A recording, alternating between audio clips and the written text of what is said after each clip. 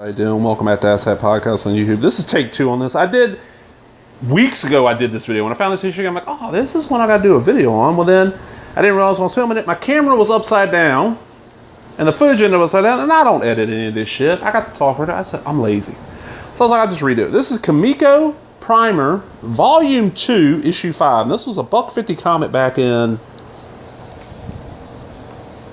1982. So that's a lot for comics, especially black and white. But what this was Comico's tryout book. Like Charlton had was a Charlton Bullseye, DC had stuff. And you got featuring Andrew Murphy's Victor, Will Brown's Cyborg Rock, Chris Wendell, and A.J. McLaughlin's Repartee, Mark Lance's Stealth. And then the only reason people remember this book, because I think it's the issue before this was like the first appearance of Grendel. Okay, yeah, people remember that. And the next issue is like the first appearance of Evangeline. People remember that. Sam Keith's Maxx the Hair. Yes, this is as far as I know, the first published pencils from Sam Keith. And he has said this character is connected to the Maxx. Never explained how, that I've seen. So when I found this at CoastCon. That was my convention for years. I went to CoastCon many years and then quit going when I moved out to Texas, moved back, started going again. This dealer had comics.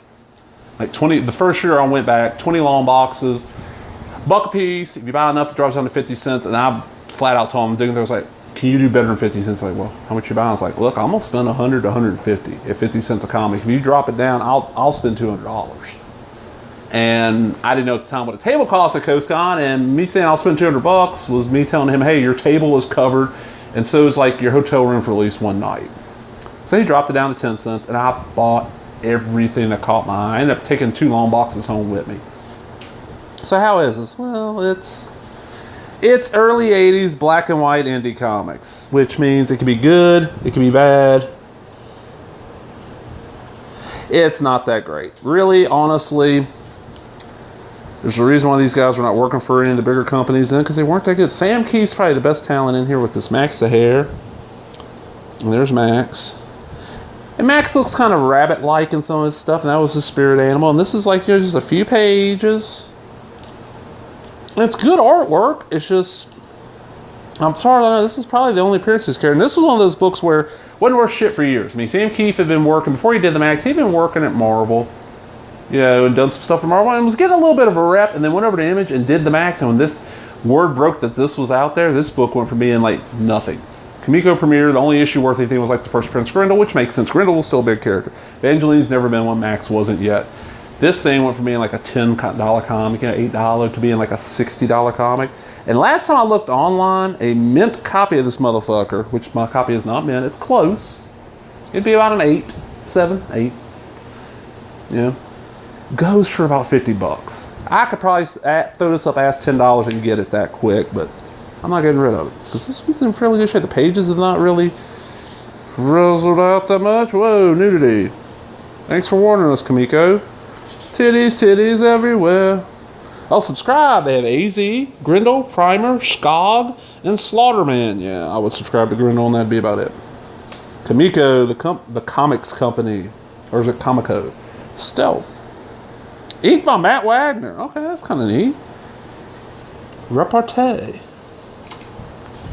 Like I said, the Maxx one's about the only one in here really worth reading. I'm going to be honest. This is not really that great. There, Evangeline, Gauntlet, Holiday Out, The Zits of Venus, and Andrew Murphy's Victor. Okay, I did a Lodestone comic. That's the second appearance of Evangeline. And look, there was a plan for an Evangeline series from Comico that never happened as far as I know. Printed on quality Mando paper, bi-monthly, $1.50. Evangeline, great series. Somebody needs to reprint that shit. And then we got, coming from Comico, The Hero Discovered Mage, coming in January. Mando paper, $1.50. Mage, such a great series. Now I have read the first 2. The third one, I think, is finally over now, and I was waiting for a trade because, and the delays. Anything like that, nowadays when I know it's going to be a limited run, I know it's going to get a trade once ever, I just wait for the trade nowadays. The delays are just too much. I mean, I did read Dark Knight 3 was at the Master Race. I read that as it came out, and man, the delays were horrible on that. Mage, the second one was what, The Hero Discovered? Or whatever it's called, Hero Defined. I read that as it was coming out, and there was delays. There was this one, like, okay, I can wait. But yeah, Comico, Primer, issue 5. First appearance of the Maxx. First early, if not the very first work, Sam McKee, very early. Excuse me, whew. Hope y'all enjoyed that. Hopefully this came out right and ain't upside down. Anyway, if you did enjoy it, remember, give me a thumbs up, leave a comment, subscribe, all the other bullshit. Talk to everybody later. Bye-bye.